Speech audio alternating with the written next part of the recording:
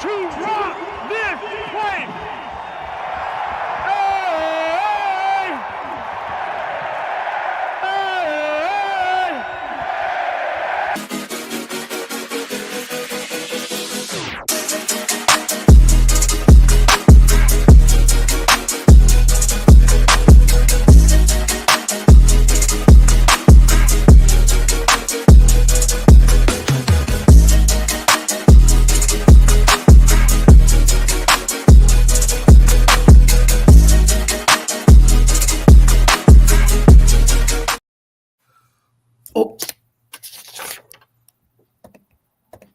Welcome to the Buffalo Sports Conversation Room, Season 3, Episode 2.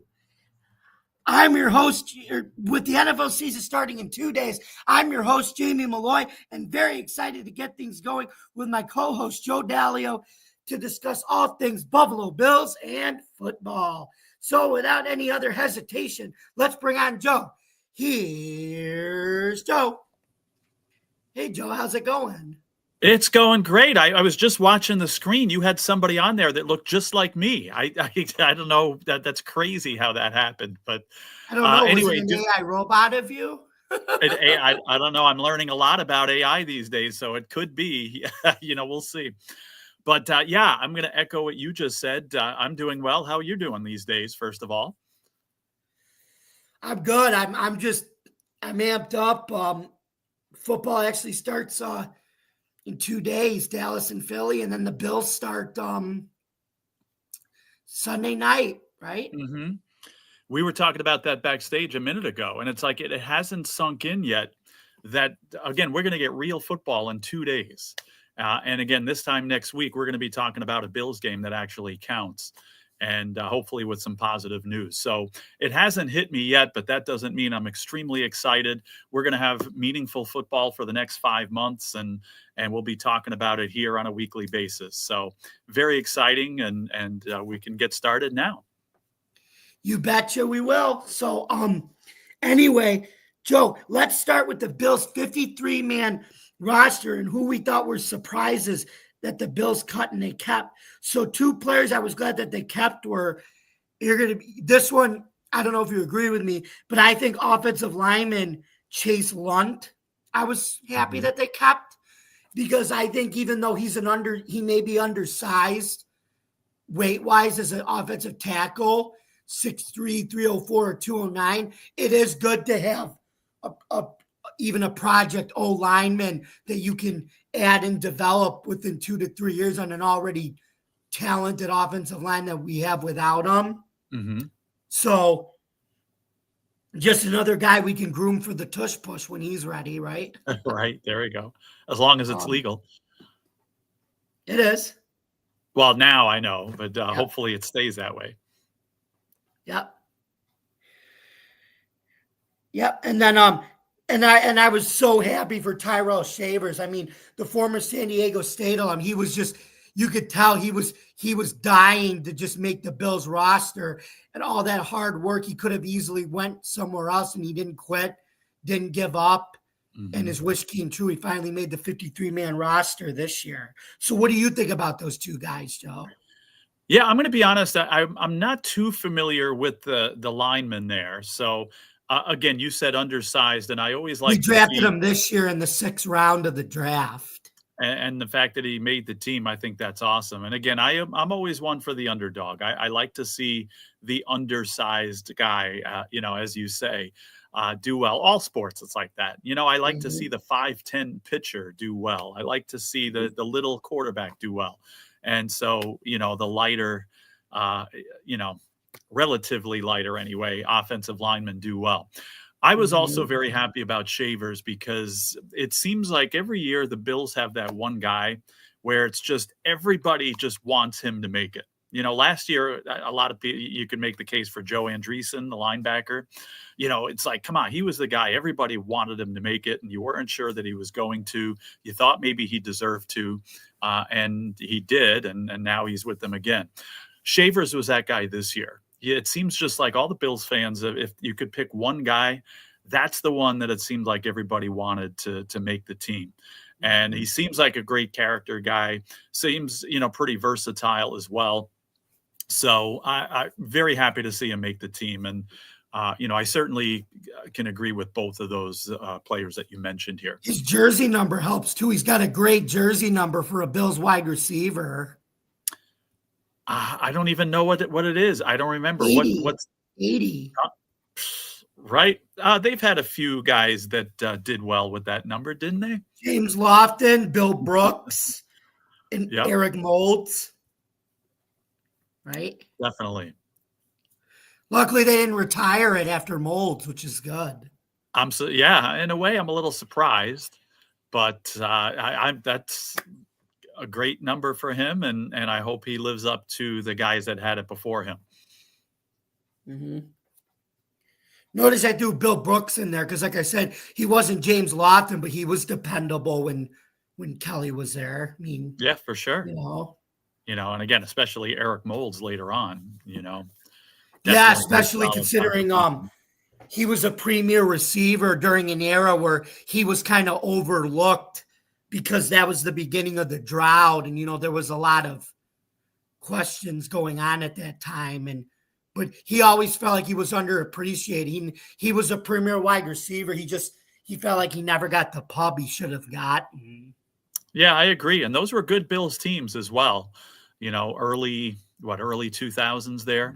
They fell short. Yeah. They didn't make the playoffs. But, when Bledsoe was having some good years and him and Peerless Price were, the Bills were the type of team that, win every game like, 42-40, right? They could score at will, and they had great guys like Moulds and Peerless Price, who were two of the more underrated receivers in the league at that time. They could run the ball with Travis Henry too. And they had Henry at that time. So it was just they couldn't stop anybody. And that's why ultimately they fell short.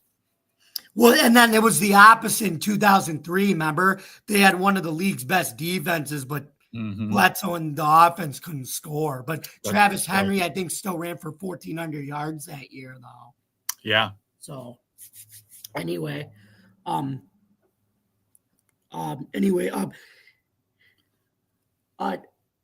see what we're doing. Now, I will ask your thoughts, Joe, on two players you were surprised who were caught. Yeah, they're, probably more than two, but here I'm going to pick an offensive player and a defensive player. Now, I'll start with the defense. And, I was trying to get some other points of view besides my own.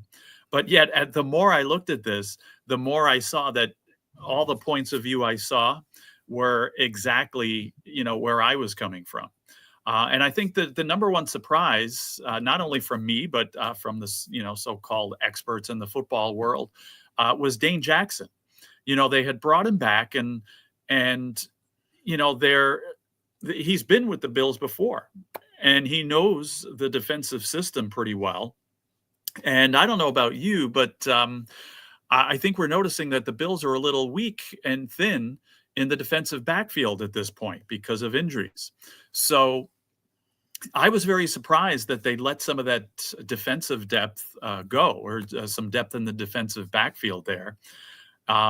Especially somebody who's, a little familiar with the system. And I guess he had some OG Bill, I call him.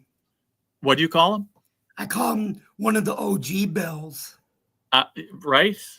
And so I was a little surprised with that. And again, I've said this before, you've said it as well, I think too, that, I've learned to trust. I don't always agree with the moves that are made and some of the players that are let go or brought in by Bills management.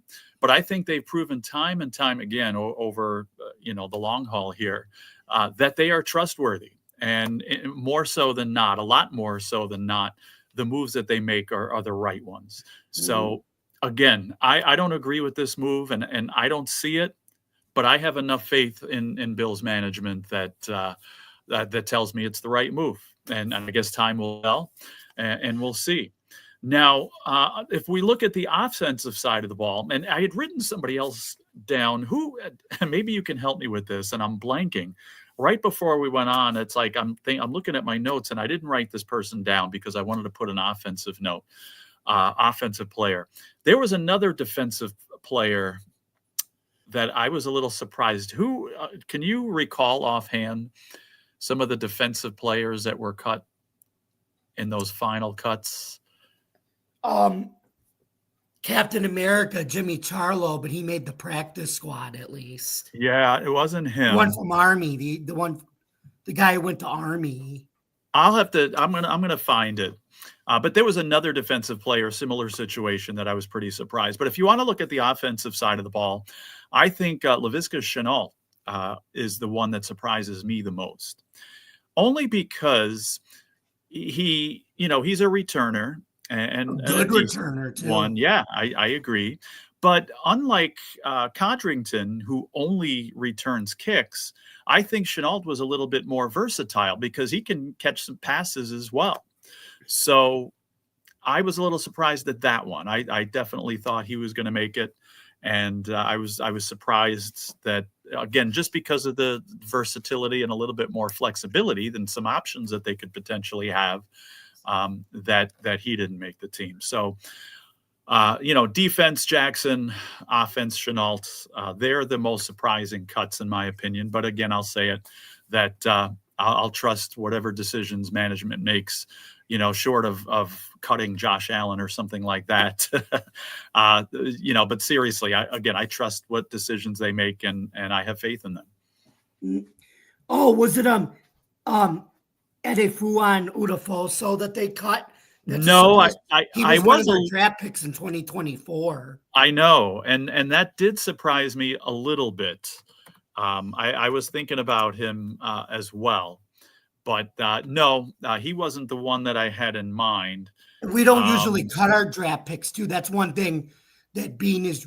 Most of our draft picks that we've drafted, I think, have rarely been cut too under the Bean and McDermott administration. That's why I was surprised. Yeah, that soon. I mean, some other names, Frank Gore, I was a little surprised. He's on the practice squad, though, which is good. Yeah, I didn't think he was going to make it. I think a couple other ones. Daquan Hardy was the one I was thinking of. He can return kick. He's a good returner, too. Right. And just, again, as they don't exactly have a lot of defensive back depth right now. So I was a little surprised that he left, and Jordan Phillips too. So he's on the practice squad. Jordan figured Phillips. He was on the practice. And I think he's going to get activated because of Dwayne Carter getting hurt. Okay. And so they do have Zion. They got Zion Logue on the practice squad too, the guy we signed last year from Georgia. So okay. Yeah, so those two are the most surprising that I mentioned, Chenault and Jackson. Mm-hmm. So anyway, guess what, Joe? What do you think about another former OG Bill and fan favorite coming back to the practice squad? The name of Jordan Poyer. I was happy to see that. Again, what contributions he can make at this point, I guess we'll see. But great move. I mean, the Bills want him. He wants to be here. Certainly understand why he left. And, he still got something left in the tank. And if anything, even if he's not where he was skill-wise from a few years ago, don't you think that he'd be an excellent, role model, an excellent mentor for some of these younger guys? I think that in itself, from a guy that wants to be here, that loved being here. And I think, again, he's still got something left to give, and he can contribute to some of that depth that they're lacking right now in the back. But again, just high character. And again, he's somebody that some of the younger guys could look up to as well. Mm-hmm. But like I said, he's another one of the OG guys that, like I said, we got rid of him because of his age and his cap hit, but we were able to bring him back on a 1-year deal, just like we've done with Jordan Phillips and we did with what's his name, Dane Jackson, and we actually just did that. We had another OG Bill, a receiver, by the way, to a 1-year deal on the practice squad, but we'll talk about him. And I think a lot of people may know who we're talking. And I think, Joe, you may know who I'm talking about. He was a playoff hero. Not Gabe Davis. Yeah. Big game Gabe. Okay. That's what I call You know, big game Gabe. I'm not as high on him. I mean, I think the Bills have wide receiver depth. You know, the last time he was here, you know, he'd have a blockbuster game one game, and then he'd be invisible for 3, you know, and just I think right, with the but depth like I said, he's another guy. That's why we let him go, right? And oh yeah. he went to Jacksonville, got paid, but he couldn't be a number 1 there. Now he's coming back to Buffalo in his original role. He's more like a 2 or 3. You could tell he's not a number 1. That's why it didn't work out in Jacksonville, getting the money he paid. And now he's another guy that just wants to come back and win a Super Bowl, already earned his money, doesn't care about getting paid the big bucks anymore, just wants to come back and be like Poyer and Dane Jackson and get the job done that they weren't able to get done before when they were here previously. Right. And again, like we just said about Poyer too, somebody that they can look up to, that some of these young guys can learn from. So for that reason, I like it. I think Gabe Davis may be able to do the same thing, be a leader like that. That's what I mean. Yeah, with Gabe Davis, I think that's a good move for that reason. Now, you might have said it, and I missed it, and I haven't had a chance to look at the practice squad. Now, is Dane Jackson on the practice squad? Him, Poyer, Jordan Phillips, and now Gabe Davis. All the OGs are on the practice squad. All right. Okay. The OG. Well, I think that's smart, you know. Remember, like we put Micah Hyde on the practice squad last year at the end of the year? Yes. So, anyway, last week, Joe, we did our predictions on the 18-week Bills schedule. I had 13-4 and you had 12-5, I want to say, right? Yeah, you're right. Yep. So we thought it would be fun to now make our predictions for each NFL division. Joe, do you want to take it over from here and start your predictions?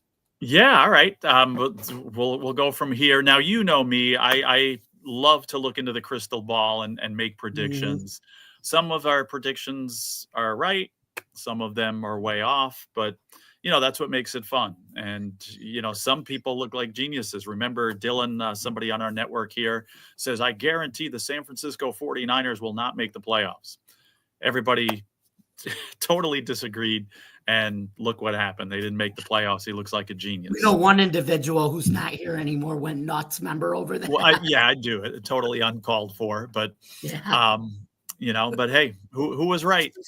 You know, and again, some of the decisions, you know, we got to be bold, make it fun. I said last year, and I'll admit this in front of everybody here, that I said the Jets would win the AFC East last year, and that wasn't even close to happening. So, luckily, luckily, like I said, they had some baggage last year. That, like I said, Aaron Glenn was smart. The minute he got hired, he cleaned out that baggage, which is good.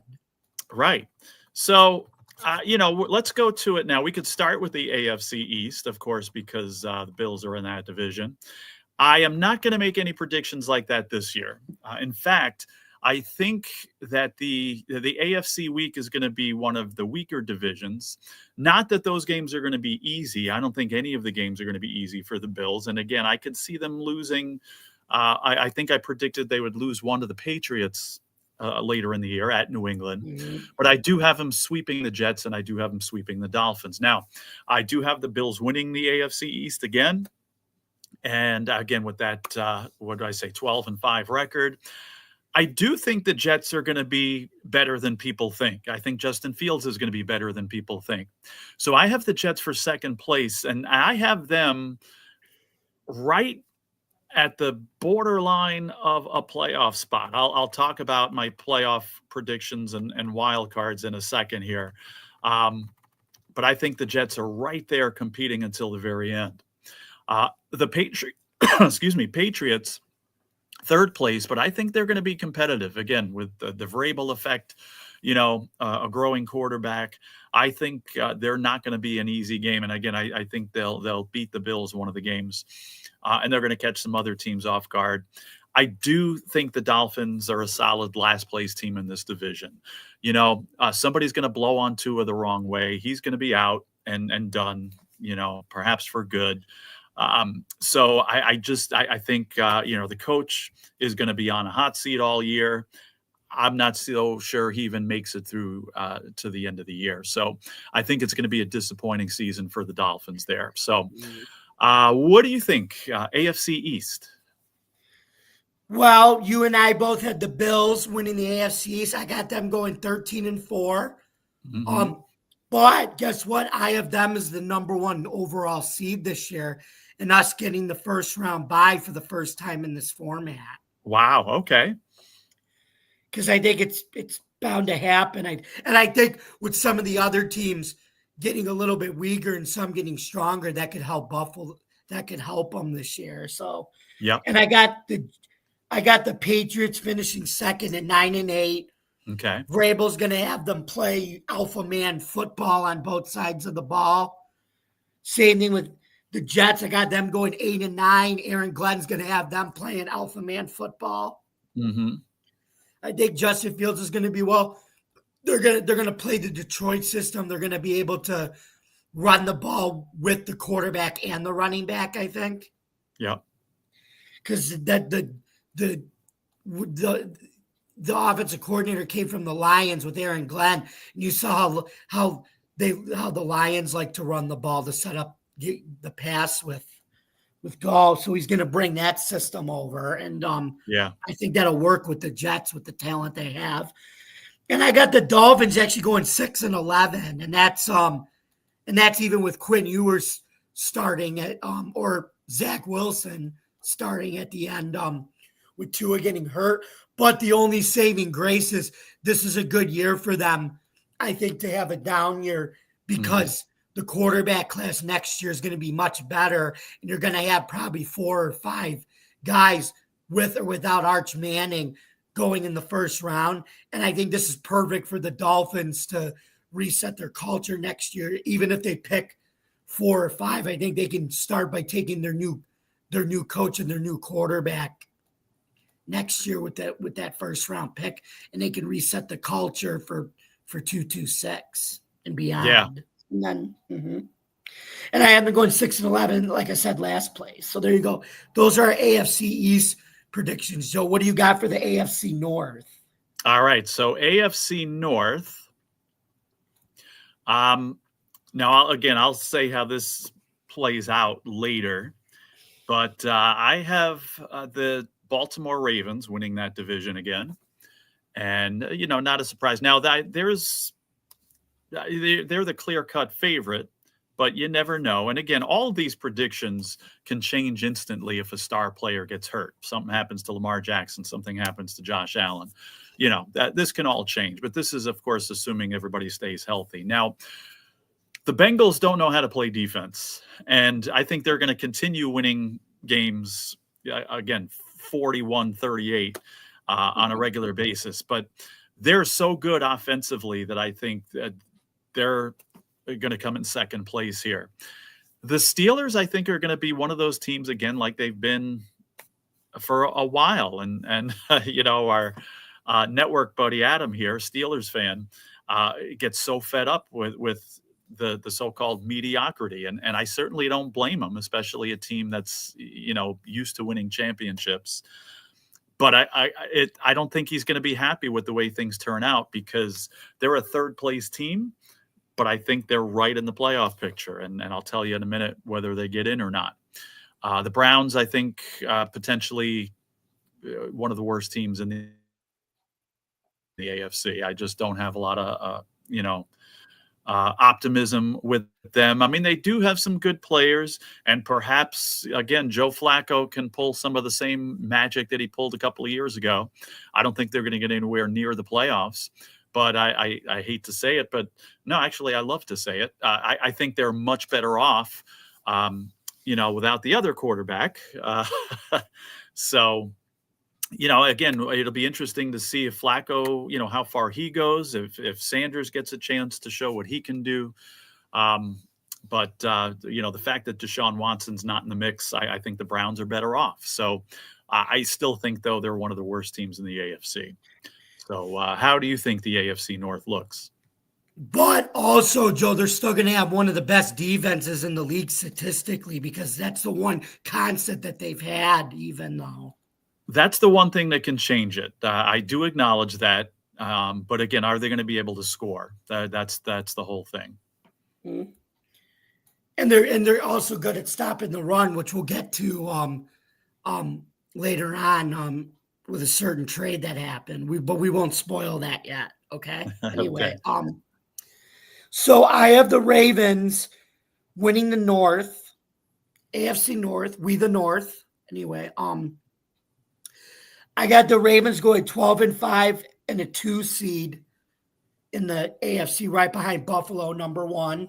Mm-hmm. And then we have the Cincinnati Royals, the Bengals, because they think they're playing in the NBA, all offense, no defense. Right. But guess what, though? I think the one thing that's going to change with them is playing Joe Burrow in the preseason may help them not get out to a slow start as they did in years past. Because if you notice the years where they started out slow, mm-hmm. Burrow never played. And so they played Burrow in week 2 of the season. And one of the reporters is like, "What are you doing playing Joe Burrow?" And the coach, Zach Taylor, and Burrow's like, we need to get the ground running. We can't keep getting off the slow starts. Mm-hmm. So because of that, I got him going 10-7. Okay. The Steelers, I have with mediocre Mike. Mediocre Mike Tomlin going 8-9, 9-8, around there again. And I got the Browns going 5-12 or 6-11, maybe pulling off some games that they don't because of their completeness on defense. Yeah. Okay. Mm-hmm. So, I don't have the records, but I pretty much agree with those you said. I think the Steelers can win 9.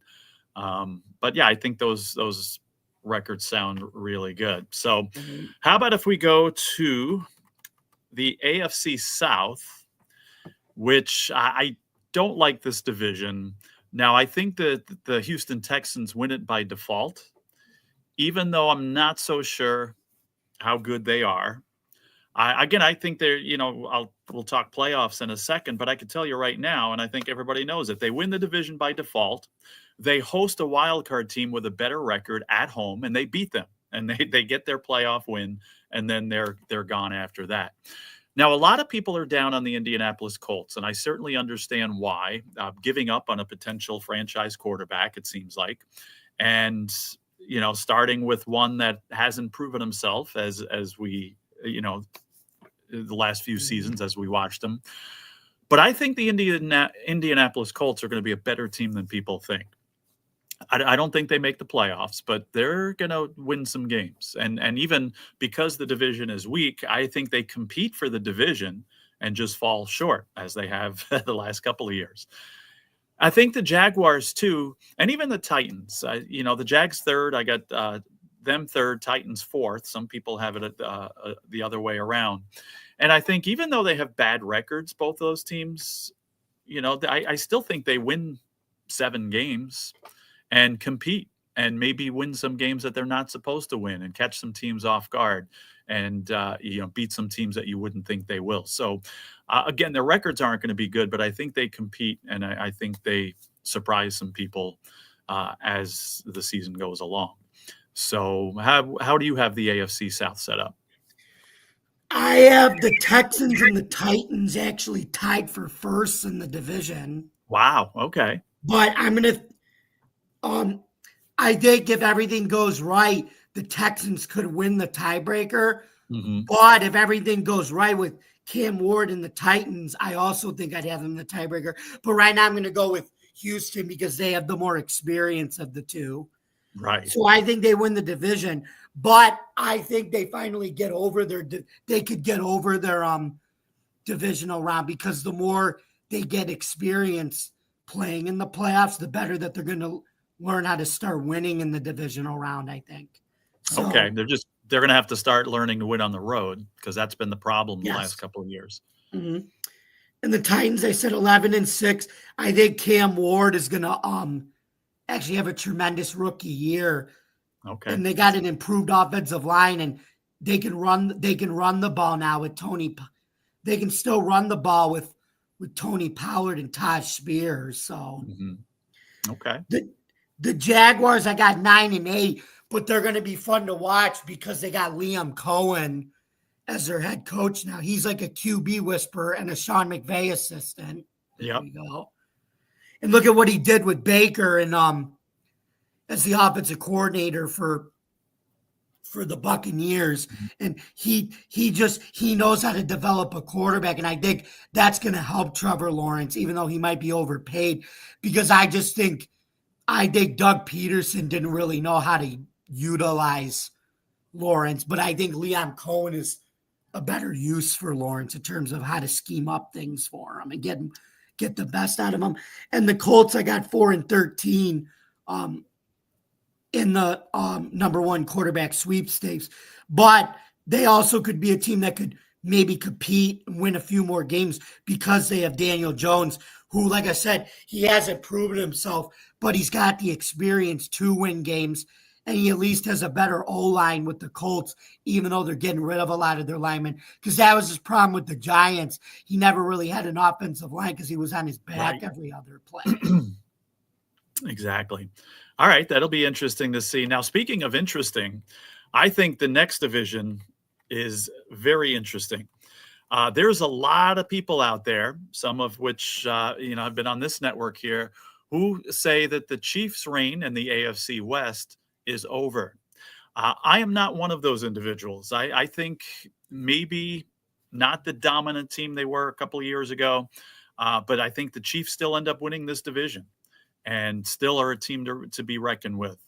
Now, the Chargers, just as they've been the last couple of years, are going to be breathing down their necks, right in the mix, playing excellent football, a definite contender, and I think they come in second place. Now, a lot of people are very high on the Broncos. I think they take a step back. And again, I discussed it on open mic on this network here last week. Again, nothing against Bo Nix. I think he's a great quarterback, and I think he's going to do great things going forward. I just think, again, when a team like that, and another team I'll mention shortly, same type of thing. I think they snuck up on people. Now people are going to be ready for them. People are going to be looking and up for those games against the Broncos. And I do think they take a step back. And the Raiders, again, a competitive team, just not ready for prime time yet, a solid last place there. So I would love for the Chiefs to come in last and finally go away. But that's not going to happen this year. And according to my crystal ball here, what do you think about that? And who's going to take this division? I got the Broncos taking the division in a tie over the Chargers. Wow. Okay. I got the Broncos and Chargers going 11-6. The Broncos, I think, are going to take a step up this year because I think they actually have a running game this year that they really didn't have last year with Javonte Williams and things like that. And I think Sean Payton does know how to develop quarterbacks. He did it in New Orleans, and I think Bo Nix is going to take a step up this year. So, and the Chargers, they're going to be the Chargers. They're going to be another team they're going to win a lot of games. They're going to play good defense. They're going to run the football and throw it to those tight ends with Harbaugh, but they're going to throw it too, and I think they're going to fly around. I think they're going to be able to stop the run. The Chiefs, I only have going 9-8. I think they're going to win a lot of close games running the ball, but I think it's their defense and I think it's their O-line that's going to be why they lose games too. I think that Super Bowl against the Eagles is a preview of what's going to happen when Mahomes' O-line breaks down and he doesn't really have any talent to throw to. And like I said, they're not this aerial attack that they used to be. They're more of a run the ball type of team now. And I think defenses now, like I said, a lot of defenses in the offseason, I think they if you watch the draft in the offseason, I think they better prepared to scheme themselves against the Chiefs because they know the Chiefs are going to run in now more than throw it. Mm-hmm. So, and I have the Raiders going 6-11, but I think it's a big first step with Pete Carroll, but they're going to be another team that's going to be like the Chargers. They're going to be one of the best rushing teams under Pete Carroll with Ashton Genty, and they're going to be a run-stopping physical team on defense. And I think Pete Carroll, the culture builder, energetic guy, is going to build up a nice winning culture with the Raiders. And 6-11 would be a good start in his first year. Right. Okay. Now you want to pick playoffs there, or you want to go to the NFC and then just put it all together? What do you think? You have one more. We got to do the. Wait, you want to do play? Should we put it all together? Or you want to just go right to the? What do you want to do? How about if we go to the NFC? Yes. Okay. And then we can go back and we could say how we think the AFC playoffs and NFC playoffs come out. So, all right. How about if we go to the NFC East? I could start with that. Mm-hmm. Now, again, Eagles, defending Super Bowl champs, they did lose some players, but I just think they still have such a strong foundation. Now, obviously, they know how to win. So I see the Eagles take. A lot of people are down on the Dallas Cowboys. And again, I said this, I feel like I'm repeating myself because I have said some of this on other shows here on this network. When I've been watching the NFL for a long time, and I know that whenever something is going so far in one direction, the other thing happens, right? When everything seems to line up perfectly, they lose. And, this happens on a weekly basis too, again, picking with the point spread, that type of thing. Mm-hmm. Whenever you think, wow, this is the biggest joke and it can't get any worse, then all of a sudden these teams somehow figure out how to win. So I think it's going to be like that for the Cowboys. I mean, it seems like they've become more of a joke than ever. Again, the whole Micah Parsons thing and all that, and just a lot of craziness going on in Dallas. Just when you think and they had a bad season last year too, right? Mm-hmm. I think they put it together, and they're not going to win the division, but I certainly think they're in the mix, and I still think they have a chance to do that. I think the Cowboys have a good season. Again, little preview here. I think they make the playoffs, actually. So I'll talk more about that later on. But I think the Cowboys are going to be better than people think. Now, another team that's going to be better than people think, I think, is the New York Giants. And I don't say that because, again, they were always my team growing up, and I still love the Giants. And Joe, remind us, who's their – sorry to interrupt you, Joe, but who's their head coach and their GM again? Right. Again, we got a former Bills coach doing that we're all rooting GM. For. Yes. Assistant GM, but he's a GM now, but Joe Shane. So definitely, we're rooting for them. Now, he's certainly on the hot seat. And, I said I feel really bad because I still think the Giants only win about 7 games. And I think his hands are tied. I think there's really not any further they can go. Now, they got a great young defense. This reminds me of the old Giants teams when the Giants were rebuilding back in the early 80s, and some guy named Lawrence Taylor, and they had Harry Carson and people like that. They rebuilt with the defense there, and then they got the offense going. I love the young defense on this team, but I just think the offense is not quite there yet, even though they've made improvements in the offensive line and things like that.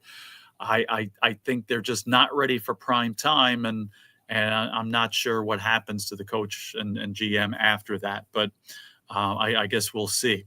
Now, you may be thinking, if you're watching this, saying, Joe, wait a minute. You didn't say anything about Jaden Daniels and the Washington Commanders. Yeah, I didn't. Because just like I said about the Denver Broncos, I think this team takes a step back. Jaden Daniels, I don't think he was a fluke last year. I think he's a great quarterback, but again, sophomore slumps happen. Like I said with the Broncos, teams are going to be looking for Washington. Teams are going to be ready for them. And they went to the NFC Championship last year. I think people are going to be looking out for them, preparing. And I think I actually have Washington tied with the Giants and ending up in last place in the division. Now, again, a prediction like this might make me look like an idiot. And, you guys might be saying a year from now when Washington goes to the Super Bowl or something, Joe, you said you were going to come in last place. But again, you can't pick everything by the book here. And I just think they take a step back. So the NFC East shaping up. Yeah. I like that. So for my division, I got the Eagles going 13-4. I think, but guess what? I have them as I actually don't have them as the number one seed, and I'll tell you why when we get to division picks later on. All right, sounds good. I got them going 13-4, but they're going to be a Super Bowl contender. Mm-hmm. They're going to keep running the tush push as long as it's legal and beyond. They got it. Their offensive line is like a mountain that's so hard to climb. I mean, their offensive line they have, I think put them in the Hall of Fame already. I think they're up there with the Dallas Cowboys offensive lines of the 90s and even the Hogs with the Redskins at the Washington, time. Washington, yeah, I think that's what I think their offensive line reminds me of that because they're all of them are just massive men, and I think they average like 330 pounds, their entire offensive line, even without Jason Kelce. Because remember, Jason Kelce was 280; he wasn't 300 pounds, right? So a little guy. Yeah, and like I said, their offense was heavier. Even the center they had last year actually weighed more than Jason Kelce, that he was like 320 or something. But the one guy they don't have now is that 6'7" guard. I think he's with the Jets now, I think. Yeah, I'm not sure. That Kai Becton. So, not familiar. But still, their offensive line's huge. So I got them going 13-4. Second place, I have the Commanders at 10-7. I think they barely sneak into the playoffs. They might get hot at the end of the year, but I think this is a down year for them. Mm-hmm. The Cowboys, I got 9-8. I think even without Micah Parsons, the one thing they're going to be able to do better now is stop the run. And Joe, that's where I said stopping the run's more important, because if you noticed, like, Micah Parsons was always – I know I'm going to get a lot of heat for this, but this is based on what I watched. This is what I watched when the Bills played the Cowboys and when Green Bay played them in the playoffs. What could the Cowboys not do, even though they did well with Parsons? They couldn't stop the run. And he was a part of that. Teams figured that out, that he was a one-dimensional player, because he was great at rushing the pass. He was great at rushing the passer, but if you ran the ball on him, he was neutralized, which meant the whole defensive line struggled too. So I think getting rid of him, and Jerry Jones said, we need to get better at stopping the run. That's why we made this trade. And I think you are going to see him get better at stopping the run, especially in a division where you have the Eagles, who can run the ball with Barkley, can run the tush push, and have a big offensive line. You need that beef. Same thing with the Giants. You need that beef there. Mm-hmm. And the Commanders. So I think their defense is going to still be good. Their offense may take some time, but I think Schottenheimer's going to have this team in the right direction in year one going forward for future success. So I got them 9-8, finishing third. The Giants I have last, and I have them going 8-9 because of their defense. Mm-hmm. And I think their defense, I think, is going to help them win games. They're going to be able to rush the passer. They're going to be able to stop the run. But I think they could be able to win games with Russell Wilson and even with Jackson Dart, because they got a much better O-line now where they can throw the ball, but they can run the football too now with Cam Yes. Scattaboo. He's the scat man, Cam Scattaboo, and also Tyrone Tracy and Devin Singletary. Yeah. So, yeah, the Giants did a much better job at beefing up this team in the trenches on both sides of the ball. And people will see why getting Saquon Barkley in the short term, how would it hurt them last year, but it's going to help them this year become more of a better all-around team because of it. And I do think it's good enough to keep Shane and Dable's job because they're going to see it's an improvement. And remember, they drafted Jackson Dart and they didn't draft Shador Sanders. So I think if they drafted Shador Sanders, they would have gotten fired. But because they drafted Jackson Dart, I don't think they're going to get fired because of that. That's just my opinion. I hope so. And before we go further here, too, we got a comment from Rick Diaz here. He says, how are you doing? He says, coming from Chicago. So I don't know if Rick's from Chicago there. I think so, based on that. He says, do you think the Bills are at the top? Yeah, that's Ricky. And they finally get over the hump. And so we're gonna share our opinions about that coming up shortly. But we very much appreciate the comment coming in there. And we'll talk about your Bears in a second too, if you're a Bears fan, being there in Chicago. But so I hope that if the Giants do make forward progress here, that Dable and the GM can keep their jobs and get a chance to develop this. So as long as we're talking about the Bears and things like that, let's go to the NFC North. And I do still have the Lions winning this division. Now, you always wonder, how does a team that was a Super Bowl contender and lose a tough game that they shouldn't have lost? I mean, they got slaughtered in that opening NFC game there, the divisional game. And how does a team recover from that? And I think just with the coaching and management that the Lions have, with the talent that they have now. Now here's another thing, a wild card factor here is they just lost two great coaches, right? So what kind of impact does that have? I guess we'll find out. But I think the talent on both sides of the ball is enough that gets the Lions to win another division here. I think the Packers are very close too. In fact, the Super Bowl contender as well. I got them in second place. I got the Bears much improved, and I think the Bears are going to give teams fits. And I don't have them in a playoff spot just yet, but I think they make significant progress. And again, especially playing in Chicago, I think that's going to be very difficult for teams going in there. So I think the Bears are going to be a much more fun team to watch. And again, we're talking about that forward progress. I think that definitely is the case for the Bears. I think the Vikings go the other way this year. I got the Vikings in last place.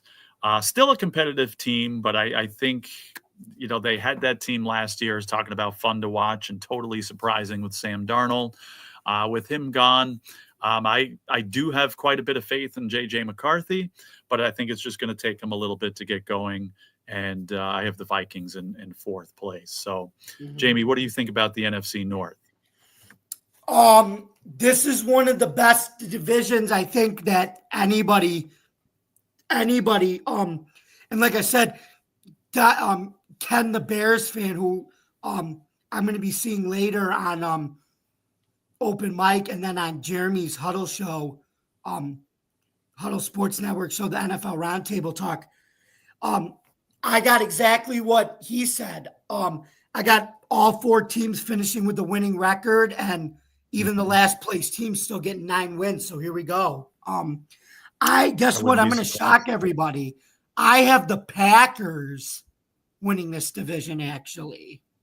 And that's not too much of a shock, in my opinion. But here's a bigger shock. I got them going 14-3, getting the number 1 seed over Philly. Wow. Okay. Philly's the 2 seed at 13-4 because, like I said, you got Micah Parsons. You're going to be able to rush the passer. You're going to be able to throw the football with Love and Matthew Golden. That's going to be a great connection. You may lose your run defense a little bit with Parsons, but we'll see, because you lost Kenny Clark. But if you have the pieces around Micah Parsons to still have a run defense, that could help. And I actually got them. I got them going to the Super Bowl to play the Bills. Who's that? The Packers? Yes. Okay. But guess what?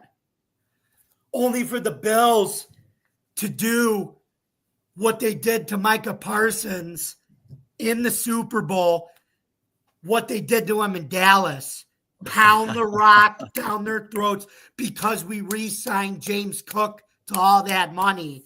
And that's why I think, just remember, Joe, that's how we lost all 4 of our Super Bowls with the no huddle, was teams ran the ball on us.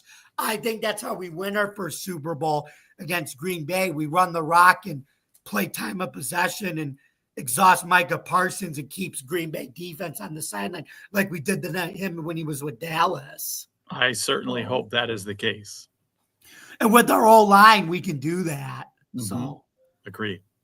And we showed them why you don't ban the tush, why banning the tush push was a bad idea too, because we're going to run it on him in the Super Bowl and they're not going to stop him.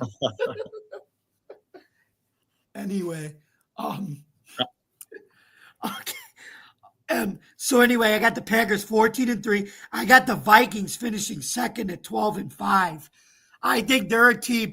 It may take JJ McCarthy a little while, but when you have KOC as your coach, who's just a quarterback whisperer and an offensive guru, I think he could get a lot out of McCarthy.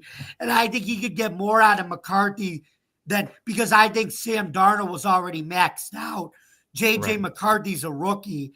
And I think you could get more out of a rookie as a quarterback whisperer than a maxed out quarterback like Sam Darnold. So that's why I got him going 12-5.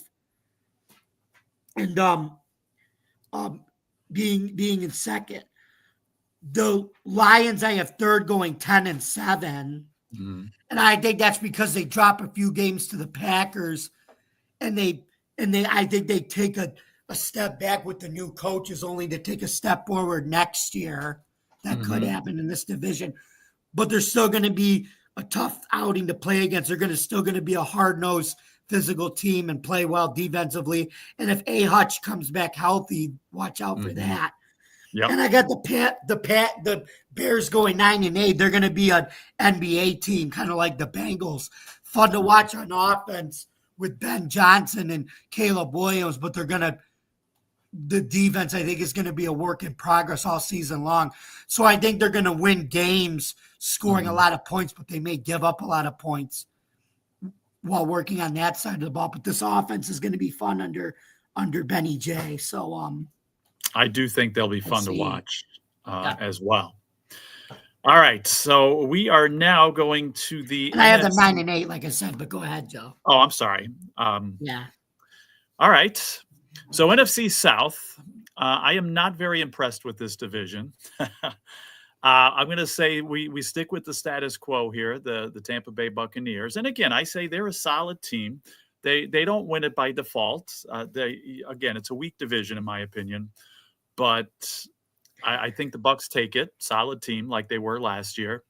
The Falcons I see a lot like last year too. Just one of those maddening teams that you would think is finally going to turn the corner and make some noise here, and then lose games that they shouldn't lose and just kind of play lackluster.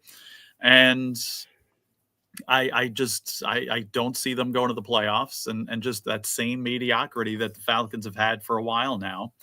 I do see significant improvement in Charlotte with the Panthers. I think they're going to maybe sneak up on some people. Who used to be with them, Joe? What's that? Who used to be with the Panthers? I don't know. Some head coach for the Buffalo Bills. And GM, right? And GM, Brandon Beane as well. But, so the Panthers, again, they're not going to be the pushovers that they've been. But again, I still think they're a little bit away. And I'm sorry to certain people from our network here, but I think the worst team in the NFL this season is going to be the team from New Orleans and the Saints. He's not offended. He knows they're not going to be that good. He says it all the time. Yes. So I do think the Saints, again, they try, but they're going to, I think they're the first round pick next year. So, but it's a good year though it's kind of a good year though to start off your rebuild with Kellen Moore by being a dumpster fire though, if you think about it, with the quarterback class coming out. Right. And that's a team that, again, embarrassingly, I would say I picked them to win this division last year, but some things obviously didn't go their way, and I think definitely I'm picking them for dead last. But I still think Kellen Moore's the right guy for them, and I think it's just going to be a long-term project with him, but I think he's going to have them turned around by year 2 or 3 if they get the right quarterback. Yeah, I'd say that, Panthers and Saints certainly, again, just rebuild. It's a rebuild, and that's it. And there comes times where you have to do that, and it's going to be the case for those two teams. So, again, not that it's a dumpster fire, I would say, but they're just starting at the bottom, and it's going to be a long season. So, what's your order of finish here for the NFC? I got the Bucks. I got Baker's Bucks winning the division. Baker's Bucks. I love Baker's that. Bucks. I like that. Baker's making the Bucks with the Bucks. And the Popeyes commercials now. I saw that. Yeah. It's about time he got back in commercials. He's very good. I know. I missed the Progressive ones when he was living at Huntington Bank Field, but then It wasn't Huntington Bank. It was First Energy Stadium, I think. Then. But anyway, I got Baker's Bucks winning the division at 11-6. I got the Falcons in second at 9-8. I think Raheem Morris is going to be on the hot seat. I don't know if that's going to be good enough to keep his job. I think Arthur Blank may pull the plug on that and go for somebody next year. But I think they're going to be another team. I think they're going to be competitive, and their trajectory is looking up, whether you want it to be or not. Yeah. The Panthers are going to be really improved. I got them third, going 7-10. But 7-10 for them is like winning the Super Bowl for them now with what they've been. 2-15, and then an improved 5-2 with Coach Dave Erie Canales as head coach. I love Dave Canales. He's another guy who's like a Liam Cohen, a quarterback whisperer. Another guy that prior to Liam Cohen did great with Baker Mayfield and Tampa. And I think he did his best coaching job. He did his best quarterback whispering job last year after Bryce Young got benched, because he looked like a totally different quarterback in the second half, going 5-12. And I love how Dan Morgan's building this team, the way he's doing it. He's learned. I don't know if he worked with Brandon Beane or not, but I think he's learning how to do it like that, So yeah, I could see them winning 7 whoever games. worked together when they were there. And I don't know if Dave Canales could be a McDermott, but we'll see. I think Bryce Young improves this year, though. I think he got a bad rap for being able to not see over the line, but I think what really changed his play was when he got benched, and he owned up to it. He said, "I messed up. That's my fault. We didn't play well." He's like, he didn't point fingers, and he took the bench he manned up, and he took the bench. He took the benching in a mature way, and that's what led him to playing well. And I think that's going to carry into this year too. Plus, it also helps when you got a bunch of basketball players for receivers that are all 6'4" on that team. Right. So yeah, that helped him see over the line better, get tall receivers to throw to. So I got them going 7-10, but the trajectory's going up for them too. And like I said, I don't think that's going to put Canales on the hot seat. I think that'll definitely give them a year 3 if they go 7-10. Yeah, hopefully not. Again, especially if they do show significant improvement. Yeah. And then with the Saints, I got 3-14, and they're going to be the number 1 pick. But like I said, a good year to get the number 1 pick. And like I said, I know coaches have been fired after a year, but this one, I don't think you put Kellen Moore on the hot seat for this one, because this is he knew taking this job, this was going to be a long-term project with him. And I think he's up for the challenge for it. So, okay. So but I got them going 3-14, number 1 pick next year. And we seem to agree on that as well. Now, this is a very interesting division. Our last division we'll talk about is the NFC West. And I don't seem to be on the same page as a lot of the guys on our network here, and probably even with you. This is one of those divisions where I've read this and I certainly believe it. Any one of the 4 teams in this division has a legitimate chance to win this division. I really believe that. But here's the way I think it plays out. Now, a team that, again, bold prediction that they weren't going to make the playoffs last year and did not, still have some difficulties, still have some holes. I am seeing the San Francisco 49ers winning this division. People have just completely given up on this team. People have completely given up on Brock Purdy. And I just think that there's enough talent there on both sides of the ball that this is a team you can't ignore. I don't know why people are not talking about this. Well, I do know why, I guess, again, because they've had some issues and lost some players and have some holes. But I just think that there's still enough talent there. Now, again, They're young. They got a lot of good young talent that they got in the draft that they can showcase this year, too. Right. And I'm saying a lot might hinge on some of the old talent, as in a guy named McCaffrey, and see how he can hold up here. But you're right that they got a lot of young talent there that I think is going to put it together enough. Schedule is not so bad. And again, the fact that people are just sleeping on this team, that's very good still. I think that's why the 49ers take this division. Now, again, it could pan out any different way. The Rams. Rams are another team that some people have winning this division. Some people have coming dead last in this division. I have the Rams in second place and a solid contender here, fighting for the division. Would I be surprised? Again, would I be surprised if any of these teams won the division? No. And the Rams certainly fit into that category. I think they're a solid team. The Seahawks as well. They could be the Seahawks have the potential to win 12 games or to win 7 games or anywhere in between. I have them in third. And even though, again, the Cardinals I have in last place, they're, I think, going to be one of the better last place teams out there, kind of like the Vikings a little bit. Whereas they're going to win some games, they might even be in competition for this division at some point. So, again, a team that you're not going to have fun playing against. But I have the 49ers winning this division, which, again, could happen, or they could win 6 games and come in dead last. So what do you think, Jamie, about this NFC West division? And the one thing, Joe, you made a very good point about the 49ers. The one elephant in the room that's not being talked about is Kyle Shanahan actually taking the blame. And you know what I'm saying? He did it the right way. He took responsibility for last year. He said, look, it was my fault. I didn't play my starters in preseason last year.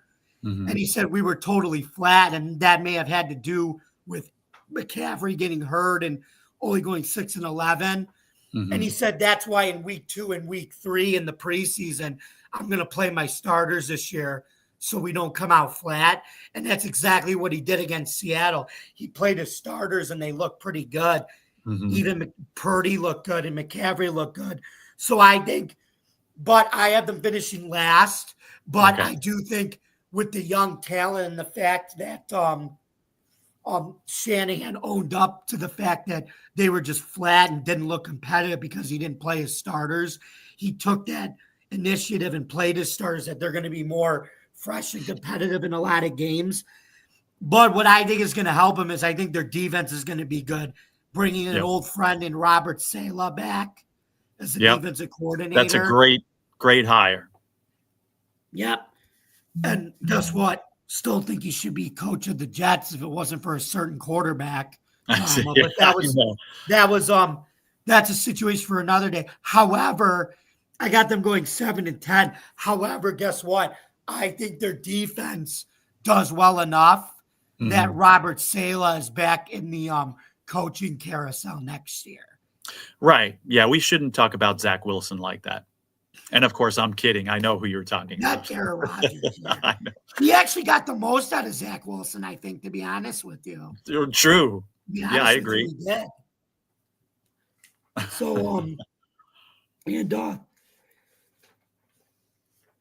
Hey, I'll the, say thank you too while you're thinking about that. Someone just reposted our stream oh, on that's Twitter. my buddy There. Jordan from other workplaces.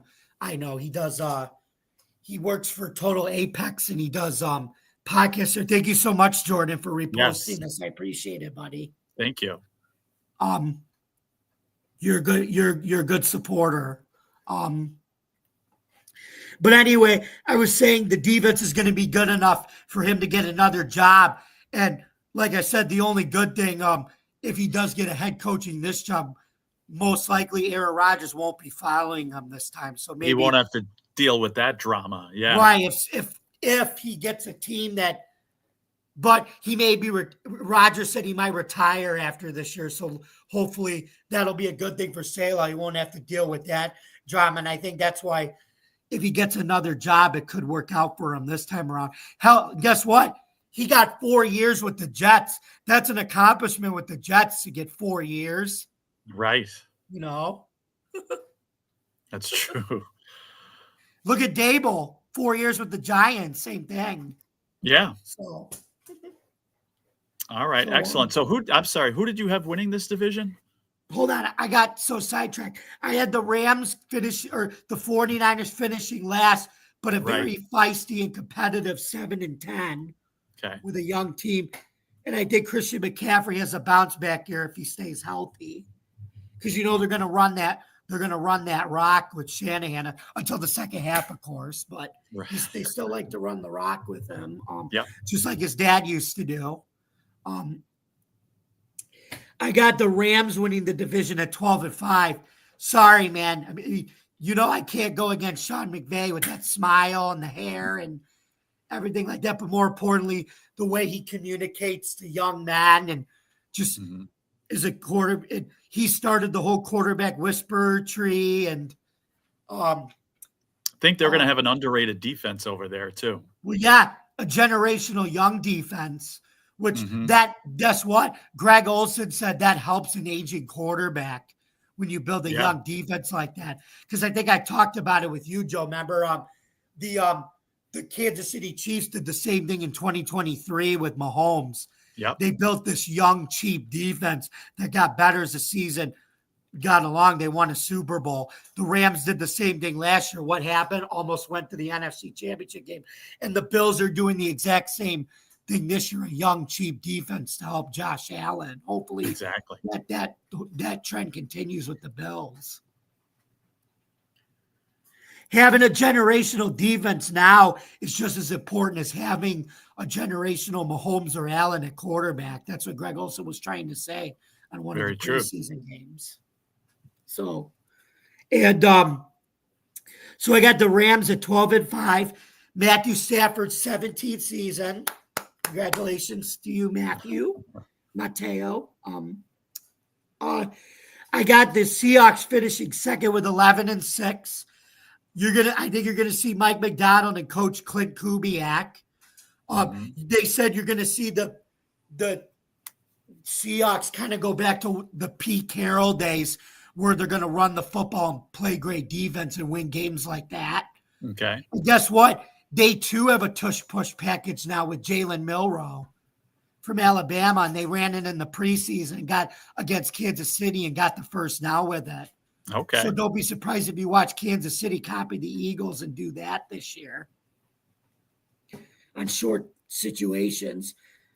And I got the Cardinals finishing third, 10-7, another young team, going to take a step forward. Trey Benson, is it? Or I forgot his last name. The tight end. Sorry, I can't. Oh, McBride? Trey McBride. Yes. I wasn't Yes. even close. Sorry, folks. Yeah, that's Trey right. McBride, probably the new Travis Kelce of the league right now, I think. And Unless some Bowers maybe. yep, we got the Bowers. Anyway, 10 and 7. Trey McBride. They're going to be another team that's going to run the ball well with James Clark or with James Cook. And guess who? Connor. Guess who their head coach is? Some guy named Jonathan Gannon, who was an assistant with Nick Sirianni when they made the Super Bowl the first time and lost to the Chiefs. I'm surprised he doesn't do the tush push with Kyler Murray because he's mobile enough to do it, but we'll see. Agreed. He hasn't brought it over with him, which is funny. And like I said, I haven't seen even Shane Steichen hasn't brought it over with the Colts. You would have thought he would. And maybe Kellen Moore brings it over with the Saints eventually. Who knows if he gets the quarterback to do it. So we'll see. But anyway, yeah. But anyway, those are our predictions. So the Cardinals at 10 and 7. I got them finishing third. Okay. All right. So let's put it all together now. We're going to go back to the AFC. I'll quickly tell you. I'll put the whole thing together for me: AFC, NFC, Super Bowl, etc. Now, I have, as I said, let me go back to my notes here. So Bills, Ravens, Houston, and Kansas City winning their divisions. I have wild cards. I have the Chargers, the Bengals, and then I have it coming down to the Steelers and Jets. Will the Jets end their playoff drought? No. I have the Steelers making the playoffs as the third wild card there. Now, please know that these remaining predictions are with my head, not with my heart. This is a Bills podcast. Of course, are the hosts, probably most people watching this, want me to tell you that I think the Bills are going to win the Super Bowl here. And as much I would love that, again, I'm going to go and be objective here. Now, I had the Bills coming 12 and 5. I think the Ravens end up 13 and 4, even though we'll make a quick prediction before we leave here about this upcoming game. I do think the Bills win the game here against the Ravens coming up. But I think this is the year everything comes together for the Ravens. They've come close. It's been said and told, that's it. Lamar can't win the big one. He's never going to win a big playoff game. They're never going to go far.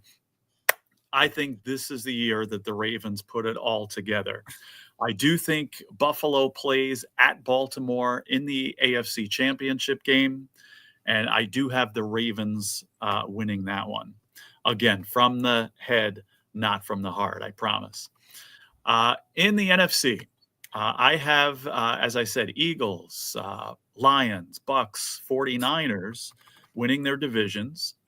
I have the Packers, Rams, and Cowboys as playoff teams. I say, again, I think it's going to be, and you said the Packers, I think, sneak preview there. I think it's going to be Packers at Eagles. I think the Eagles still get the number 1 seed here. And I think the Packers go to Philadelphia for the NFC Championship game, and Eagles win that. So Super Bowl 60 is going to be Philadelphia Eagles against the Baltimore Ravens. And I have Super Bowl 60 champions, your Baltimore Ravens. All right, Jamie, tell us. So what no do you got? repeat for Philly, huh? No, they're going back. But this time I think they come up short. Okay, so let's review. I've got the Bills, the Ravens, the Texans, and the Broncos. Your 4 division winners in the AFC. I have the Bills, the 1 seed, the Ravens, number 2, And I'm going to say the Texans squeak out the Broncos for the 3 and 4. Okay. I think it's going to be the Bills and the Ravens. So we end Highmark Stadium with an opening day game in the regular season against the Ravens. We close out the last playoff game and game ever at Highmark against the Ravens. And I think we sweep the Ravens. I think we beat them this week at week 1. And I think we beat them in Highmark the last year to go to the Super Bowl. And just like the Patriots did back in 2001 with a man named Tom Brady, and they won their first Super Bowl to close out the old Foxborough, and they rung in Gillette with a championship banner on Thursday night. Here's my prediction. I got the Packers and the Eagles going to the NFC Championship game. But I have them going at Lambeau. Okay. And the Packers man up and they learn how to stop the tush push. Okay. The same play that they wanted banned. They man up, they stop it, and they go to the Super Bowl to face the Bills. But I think Super Bowl 60 in Santa Clara on NBC, the Buffalo Bills, for the first time in franchise history, do finally circle the wagons. They are your Super Bowl 60 champions over Green Bay, with James Cook or Josh Allen being the MVP, since we're going to neutralize Micah Parsons and run the football down Green Bay's throats to keep him off the field like we did when he was with Dallas, because nobody circles the wagons much more this year, especially when it's your final year at an historic Highmark Stadium and you want to open up Thursday Night Football at the new stadium with a banner like the Buffalo Bills. Love it. So hopefully, like I said, I like your prediction a lot more than I like mine. Now, I do think the Bills will win their final game at Highmark. I think it's going to be a divisional round game. Obviously, the Bills do win at home. And then I think they're going to have to travel after that. But, yeah, I like your prediction a lot better. So hopefully it does turn out that way. We're hanging a banner in the new stadium as 2025, division or Super Bowl champion. Why not, right? Right, exactly. It's definitely possible. I'll definitely give you that. But all right. By the way, what's the score going to be this weekend? Go ahead in the Bills game. Oh, I said I think I said 28-21. 28-21 Bills? Yeah. All right. I got Bills winning this game 27-24. Okay. Now, is that with Tyler Bass kicking the game-winning field goal or some random kicker that replaces him kicking the field goal? I'm not sure it's a last. You don't even know what's going on with Tyler Bass, but go ahead. Yeah, that's a good point. I'm not even sure if it's a last if it's a game-winning field goal. I think it's just going to be that close. Two great teams, the two best teams in the AFC, in my opinion, playing against each other Sunday night. Mm-hmm. And it's just going to go right down to the wire, and the Bills win by 3. Mm-hmm. Well, guess what, Joe? It looks like we come as exciting as the show has been. Sadly, we've come to the end of our show. Anyway, so Joe, tell us, where can we find you in the social media world on Tuesday, September 2nd, 2025, our first show of September and the first show after Labor Day? And, again, it's football season for the next 5 months. How cool is that, right?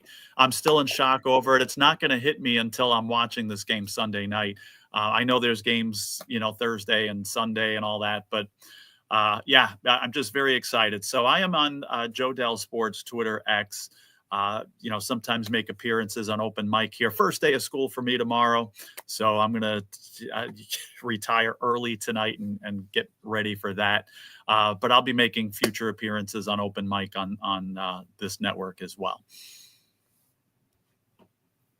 Okay. So you guys can follow me, yours truly, on Bills Chat 1 at Bills Mafia Chat, and also at Jamie Malloy, the unbiased journalist at DJ Dog Tags, and theforkball.com, where I write about all sports. Please don't forget to subscribe to our YouTube channel. Don't forget to like, subscribe, comment, and ring the bell for notifications. For more content on Driving to the Top Productions, please visit our YouTube page, Twitch stream, Facebook stream, X stream, wherever you get your podcast. Thank you very much for listening. And remember, folks, don't forget that the NFL starts in 2 days with Thursday Night Football.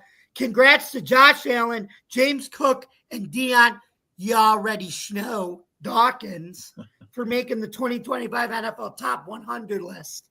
Congrats also goes out to Pete Carroll for his return to head coaching in the NFL. And the quote from Chris Berman, nobody circles the 2025 NFL season wagons like the Buffalo Bills. Good night. Have a good night, folks. Have a great week, everybody. Bye. 2-1.